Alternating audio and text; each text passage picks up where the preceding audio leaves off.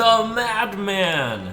We just had the Descent of Dragons live stream featuring a lot of cards. This video is going to be covering just the cards that were revealed on the stream. There's going to be another video covering all of the non-stream cards. A deck shown was the Dragon Druid.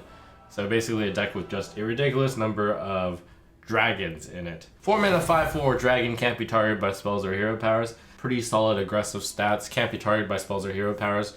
Nice ability to have. I actually think it'll fit into a lot of aggressive / mid-range dragon decks, not control. Possibly good enough to even be played in just aggressive decks. Garni Grapple Sniper. 6 mana 5/5 Battlecry, both players draw a card. If it's a dragon, summon it. Symmetrical effect obviously sucks if both players draw a card and no one summons anything. But really good if you manage to cheat out a dragon with it. So you're gonna have to put it in a deck with a lot of dragons for it to be good. I mean, a lot of dragons. Probably big dragons too. Big ol' Whelp.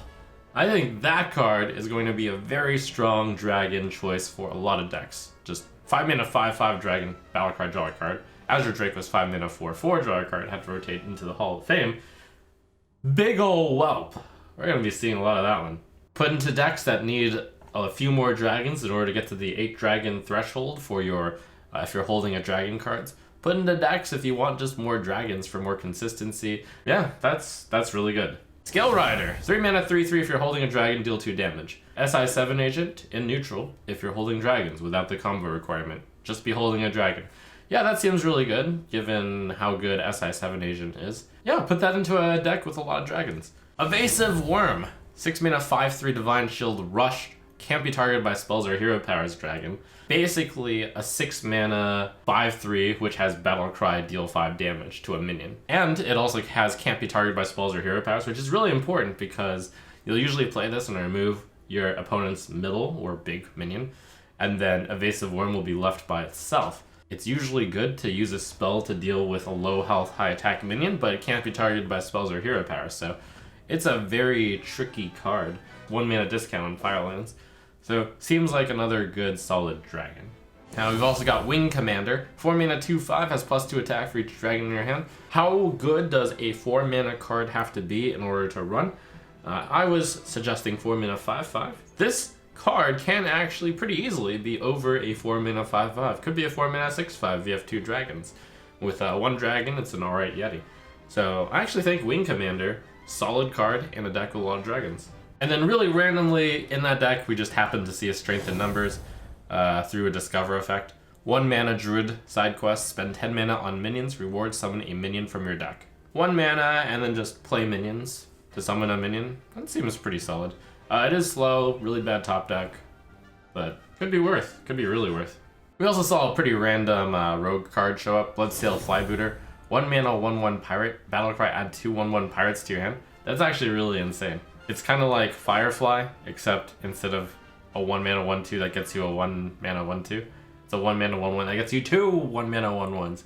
That gets you a bunch of combo possibilities. That's pretty good. Next set of cards, we have a Galakrond Shaman deck. So we finally saw what the Galakrond Shaman was, and it didn't disappoint. It's pretty powerful. 7 mana Galakrond the Tempest. Battlecry, summon 2 2/2 Storms with Rush, invoke twice to upgrade. Upgrades to summon 2 4/4 Storms with Rush, and then 2 8/8 Storms with Rush. Oh, and you get the Dragon Claw also. That's really insane. Clearly, invoking Galakrond really good in Shaman. By the way, when you invoke Galakrond, you get a 2/1 Elemental with Rush, so it's kind of like invoking Galakrond just deals 2 damage to a minion of your choice. With that in mind, looking at the Invocation cards, we have Corrupt Elementalist, 5 mana 3/3 Battlecry, invoke Galakrond twice. The only card that invokes twice with a single card. Basically 5 mana 3/3 that summons 2 2/1s with Rush. It's kind of like 5 mana 3/3 deal 4 damage. And better than 4 damage because it's actually split up into 2 damages. And of course, if your opponent has nothing, they can just stay on the board as 2/1s, which are threatening as well. Other invoke card, Invocation of Frost. 1 mana, freeze an enemy, invoke Galakrond. So it's like 1 mana to deal 2 damage, and you also freeze an enemy. So that's a really good invoke card, as weak as it looks, because the Galakrond hero power for Shaman is so good, summoning a 2/1 elemental with Rush. Invocation of Frost is really good. It is basically Glacial Shard with Rush. Though the card looks bad, but when you think Glacial Shard with Rush, that's something like, oh yeah, wow, that's really good. And then we have the big payoff, and boy do I mean a big payoff, for invocating with Shaman. Dragon's Pack, 5 mana. Summon 2/2/3 Spirit Wolves with Taunt. If you've invoked twice, give them +3/+3. So the default is basically the Spirit Wolves in Shaman currently, 3 mana plus the 2 mana overload. So that's cool that they had a throwback. But if you just invoke twice, which by the way you can do with just one card, Corrupt Elementalist, then you just summon 2 5/6 taunts for 5 mana. So big payoff if you're playing Galakrond Shaman. That said, there seem to be only 2 class cards that invoke Galakrond. We'll have to put together the deck and see if it all works together well. Other Shaman cards revealed were Surging Tempest, a 1 mana 1/3 which has +1 attack while you have overloaded mana crystals. So new Tunnel Trog, except it caps off at 2/3. But a 1 mana 2/3 elemental is very good. Just want to have some slight overloads, and the overload synergy thingy with it. Storm's Wrath, 1 mana, give your minions +1/+1, overload 1. So that's basically the Druid Mark of the Lotus, except it also has overload 1. Not necessarily that bad when you have the overload lovers. And we saw a Paladin deck. We saw a Paladin deck that ran 0 neutral cards. Let's start with Lightforged Crusader. 7 mana, 7/7. Battlecry, if your deck has no neutral cards, add 5 random Paladin cards to your hand. That seems like a very big pull to only put in Paladin cards into your deck. Yes, by the way, it can get itself pretty disgusting. Having played Paladin a lot, by the way, I don't think it's that big a restriction to only run Paladin cards in your deck. And if you thought that wasn't enough to get you to build a Paladin-only deck, Lightforged Zealot, 4 mana 4/2, Battlecry, if your deck has no neutral cards, equip a 4/2 True Silver Champion. You probably put True Silver Champion into most of your Paladin-only decks, but what about a True Silver Champion that also gets you a 4/2? Well, that's pretty insane. So needless to say, those 2 cards are going to create a deck where you only build Paladin cards. The only, personal bad note about this is I feel like it's such a simple deck restriction that deck will build itself, and it's actually going to be pretty good, I think. And we saw a few other Paladin cards with it. The side quest for Paladin, 1 mana, Righteous Cause, summon 5 minions, really easy because your hero power, by the way, summons minions. Reward, give your minions +1/+1. That's a very minor reward because, 1 mana, give your minions +1/+1 has existed before, but, summon 5 minions, it's really easy. I could perhaps see it in an aggressive Paladin deck. Skyclaw, 3 mana, 1/2, your other mechs have +1 attack. Battlecry, summon 2 1/1 Microcopters. It's a mech also. So Skyclaw is a 1/2 that summons 2 2/1s until it dies, then those 2/1s become 1/1s. Seems like a aggressive type Paladin deck. And in that Shaman deck, we also just randomly saw a Troll Batrider, 4 mana 3/3, Battlecry, deal 3 damage to a random enemy minion. That's like Flanking Strike, except you can't target where the 3 damage goes, but you get the 4 mana 3/3. Is Flanking Strike that isn't targeted good? Yeah, I think it's pretty good. I think you'll see that card in a few different mid-rangey decks. Could work in the Battlecry Shaman, perhaps. And it's basically like Bomb Lobber. So, yeah, sweet. Next up, we saw a match of Galakrond Priest versus Control Highlander Mage. So we saw a really good Galakrond Priest card. 1 mana, 1/2, Battlecry, invoke Galakrond. Reminder that the Priest Galakrond is add a random Priest minion to your hand. So it's a 1 mana 1/2 that gets you another card, and furthers your Galakrond. So that's pretty good. Obviously, you put that into your Galakrond Priest deck. Grave Rune, 4 mana, give a minion Death Rattle, summon 2 copies of this. Were you too lazy to Carnivorous Cube and, have to kill your own Carnivorous Cube? Well, then just Grave Rune to skip the Carnivorous Cube step. That seems like it could be pretty insane. We'll see what deck builders come up with that. Put it on a high value minion, put it on a minion with Death Rattle. Yeah, that's really good. Quite a few possibilities for that. And Whispers of Evil, 0 mana, add a lackey to your hand. Compares with the Warlock 1 mana, discover a lackey. So for 1 mana less, you just get a lackey. There's been a question, like, would you run lackeys if they were 0 mana, or if they were just 1 mana as printed? Yes, you absolutely would put those in decks. You would put as many as you could. Whispers of Evil has a slight downside that you don't know which lackey you're gonna get, but every single lackey is good. It's not quite as clear-cut as just put in every single priest deck, because there are some lackeys that interact with minions. So, okay, when I said put it into every deck, I perhaps meant put into decks of minions. The Mage control deck was running some very cool cards.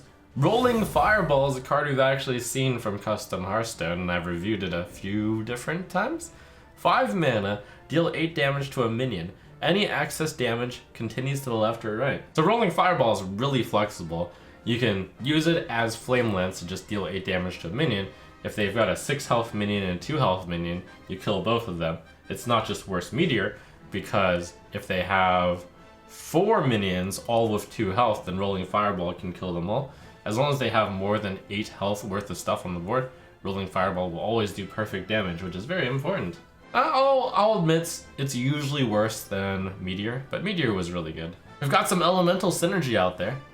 1 mana side quest, Elemental Allies. Play an elemental 2 turns in a row. Reward draw 3 spells from your deck. It's 1 mana draw 3. All you have to do is play 2 elementals, cards you would play anyways. It's 1 mana draw 3, with the restriction that you have to play elementals. Now that would perhaps, not be as exciting if we didn't see this card over here. Violet Spellwing, 1 mana 1/1 elemental. Add an arcane missile spell to your hand on the death rattle. Yeah, that's pretty good. The key is the elemental, because it synergizes so well with elemental allies. By the way, since the arcane missiles didn't start in your hand, that synergizes well with the Mana Giant. 8 mana 8/8 elemental also. Costs 1 less for each card you've played this game that didn't start in your deck. So you generate the arcane missiles with Violet Spellwing, you play it, Mana Giant suddenly counts as 7. I think this is quite potentially going to be a deck that works. Elemental Mage, don't run it singleton like the stream showed. Run it with 2 copies of Violet Spellwing, 2 copies of Elemental Allies. And the final match was Pirate Warrior versus Treant Druid. And let me tell you this, if you didn't watch the reveal stream, that Pirate Warrior deck drew insanely and had basically lethal on turn 5. So Pirate Warrior, well, we start off with the 1 mana 1/2 pirate that adds a random pirate to your hand. So that's pretty good. And random pirates, they can be pretty bad, admittedly. But still, 1 mana 1/2 that draws you a bad card, that's good. So you started with that, and then you had Sky Barge. This is the monster. 3 mana 2/5, after you summon a pirate, deal 2 damage to a random enemy. It reminded me a lot of Flamewaker. High health minion on 3 that your opponent has to kill. If they don't kill it, you just start playing a bunch of cheap pirates, and then pow, pow, pow, pow, everything is going to die. So in the stream, they played the Sky Barge on 3 onto an empty board, and then they followed up with 2 2-mana pirates, and then they played 2 Parachute Brigands.